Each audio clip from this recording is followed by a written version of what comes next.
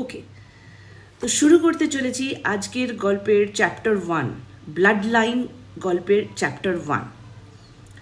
অনামিক চৌধুরীর মন খুব প্রফুল্ল। প্রায় 2 ঘন্টা হলো তিনি এই সুন্দর রিসর্টটিতে এসেছেন। জায়গাটি হলো একটি হিল স্টেশন, একটা উঁচু পাহাড়ের উপর এই রিসর্ট। ব্রিটিশ আমলের একটি সামার হাউসকে রেনোভেট করে বানানো, বেশ বিলাসবহুল আর কোনো ভিড় নেই। দূরে দূরে কটেজগুলো একটা সুন্দর মসৃণ আঁকাবাঁকা রাস্তা ধরে বানানো, চারিপাশে নানা ধরনের ফুলের গাছ। মনটা শান্তিতে ভরে যায়।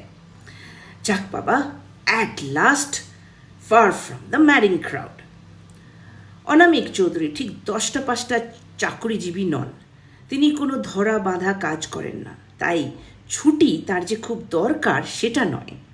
কিন্তু তার কাজগুলো ঠিকমতো করার জন্য মনটাকে সবসময় সজীব রাখতে হয়। তাই ফাঁক পেলেই তিনি তার জিপ গাড়িটি নিয়ে বাইরে বেরিয়ে পড়েন। তার দারুণ লাগে। চোখে ক্যামেরা লাগিয়ে তিনি নিচের লেকটার দিকে ফোকাস করলেন। রোদ পড়ে জল চিকচিক করছে, লাল নীল নৌকাগুলো ছড়িয়ে ছিটিয়ে আছে লেকের গায়ে। তিনি শাটার টিপলেন, আর তখনই তার মনে হলো কি ওনার পিছনে কেউ দাঁড়িয়ে আছে, চোখ দুটো নিবদ্ধ ওনারই ওপর। তিনি ঘুরে দাঁড়ালেন। একটি 10 কি 12 বছরের মিষ্টি একটি মেয়ে, বুকের কাছে ধরা একটি পুতুল। সে একভাবে তাঁর দিকেই তাকিয়ে আছে। তিনি হেসে তার দিকে হাত বাড়ালেন। মেয়েটি একটু সিটিয়ে গেল। হঠাৎ অনামিক চৌধুরী বুঝলেন যে মেয়েটি ঠিক নর্মাল নয়, মেয়েটি অটিস্টিক। তিনি হাসলেন। তোমার নাম কি মা? কিছু বলার আগেই পিছন থেকে একটি ডাক এলো, পরি, এই পরি, কামিয়া। পরি সেই দিকে দৌড়লো। বাচ্চা মেয়েরা দৌড়ে গেলে মনে হয় একটি যেন প্রজাপতি উড়ে যাচ্ছে। কিন্তু পরির দৌড় দেওয়াটা, সেই উপমা তিনি বসাতে পারলেন না। কেন সেই উপমা তিনি দিতে পারলেন না তিনি বুঝতে পারলেন না।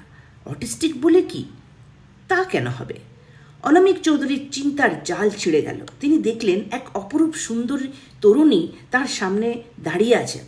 পরি তার উপরে গিয়ে ঝাঁপিয়ে পড়ল। তিনি তরুণীটিকে উদ্দেশ্য করে বললেন, গুড মর্নিং ম্যাডাম। তরুণীটি মিষ্টি করে হাসলো। তারপর পরির উদ্দেশ্যে বলল, ঝিল দেখতে যাবি না? চল, দেরি হয়ে যাচ্ছে তো। তারপর অনামিক চৌধুরীর দিকে বাই করে সুন্দর আঁকাবাঁকা পথ দিয়ে মিলিয়ে গেল। অনামিক চৌধুরী আবার ক্যামেরাতে চোখ রাখলেন। নিজের অজান্তেই ভ্রু কুঁচকে উঠল, আর সেটা বুঝতে পেরে তিনি নিজের ওপর রেগে গেলেন। তিনি প্রমিস করেছিলেন এই ছুটি কটা দিন তিনি কোনো মানুষকে নিয়ে মাথা ঘামাবেন না। সাইকোলজিস্ট হওয়ার যে কি জ্বালা!